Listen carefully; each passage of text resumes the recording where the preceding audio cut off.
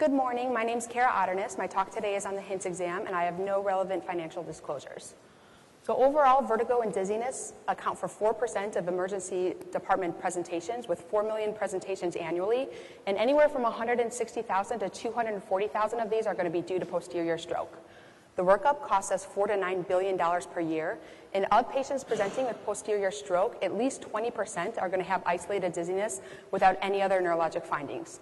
So for this reason, posterior strokes are often missed. In fact, in one large ED study, it was missed a third of the time on initial presentation. Misdiagnosis portends an 8-fold increased risk in mortality, and both posterior location of the stroke and dizziness are both risk factors for misdiagnosis.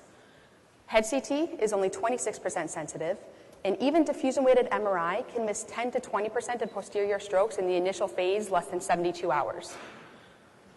So what do we do? How do we ensure that we don't miss this crucial diagnosis? Well, the key lies in the history and physical. It turns out the classic description of room spinning is less important than we once thought. So it's better to try to characterize the onset and the duration of the symptoms. Are they brief and episodic, or are they acute but continuous? Continuous dizziness is potentially consistent with acute vestibular syndrome and would be concerning for possible stroke. So how do we define acute vestibular syndrome? It's the acute onset of dizziness or vertigo with head motion intolerance, nystagmus, gait abnormality, and duration generally greater than 24 hours. Most common causes are posterior stroke and vestibular neuritis or labyrinthitis, although other causes also exist. And some clues that your dizzy patient might be having central vertigo include abrupt symptom onset and maximal symptoms at onset, the presence of stroke risk factors, an abnormal neurologic exam, particularly cranial nerve or gait abnormalities or cerebellar function. If the patient has a concerning HINTS exam, which we'll get to in a little bit, if the patient has severe ataxia that renders them unable to sit or stand without assistance, and lastly, if they have concomitant head or neck pain, as this could indicate a dissection.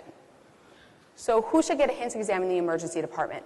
Basically, patients with acute vestibular syndrome who are still dizzy when you examine them. It's very important to note that patients with brief episodic symptoms should not get a HINTS exam. So now we're going to move on to the HINTS exam, which is a 3-component physical exam which aims to differentiate a central from peripheral vertigo in patients presenting with acute vestibular syndrome. So the first and the most important component is the head impulse.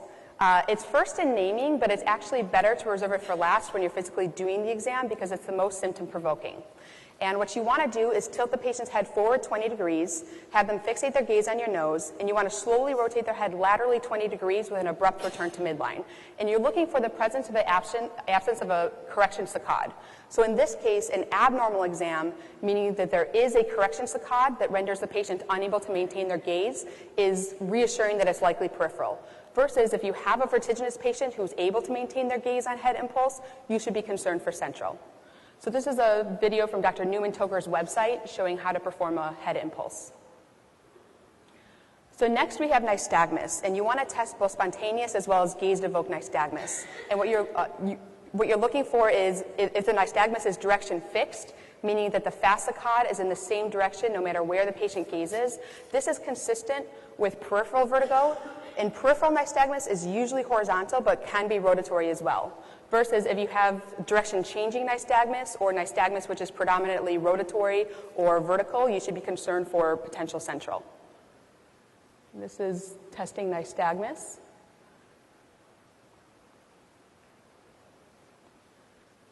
And lastly is the test of skew. And this tests for an imbalance in the gravity sensing pathways. And what you want to do is have the patient maintain their gaze on your nose. You want to alternately cover their left eye, then their right eye, and you go back and forth. And you're looking for the presence or absence of a vertical correction saccade.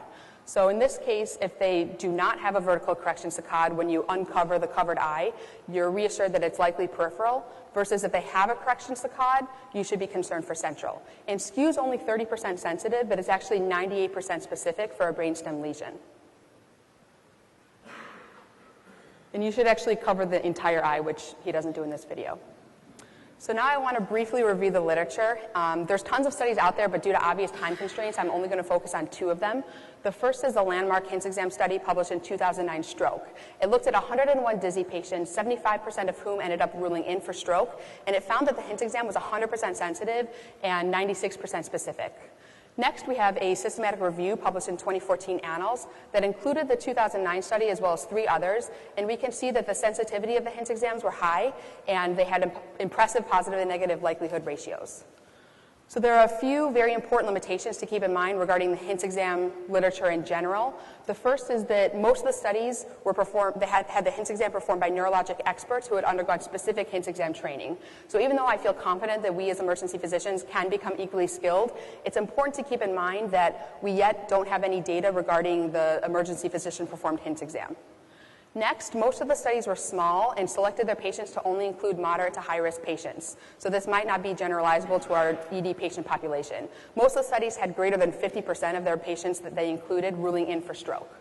Lastly, most of the studies compare the HINTS exam to early diffusion-weighted MRI, whereas we know that MRI is more sensitive, greater than 72 hours after symptom onset, so some strokes might have been missed, which would make the HINTS exam appear more sensitive than it really is.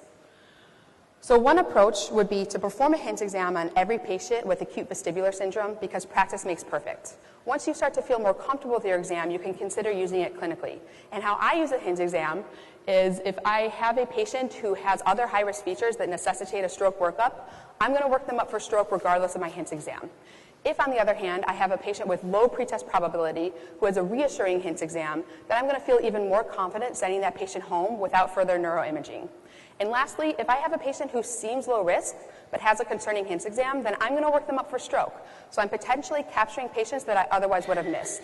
I hope that in the future we can have more robust data regarding the HINTS exam performed by emergency physicians, and hopefully the sensitivities will hold up so that in the future maybe we can consider using it as a rule-out test in all but the most high risk of patients, but unfortunately we're not there yet.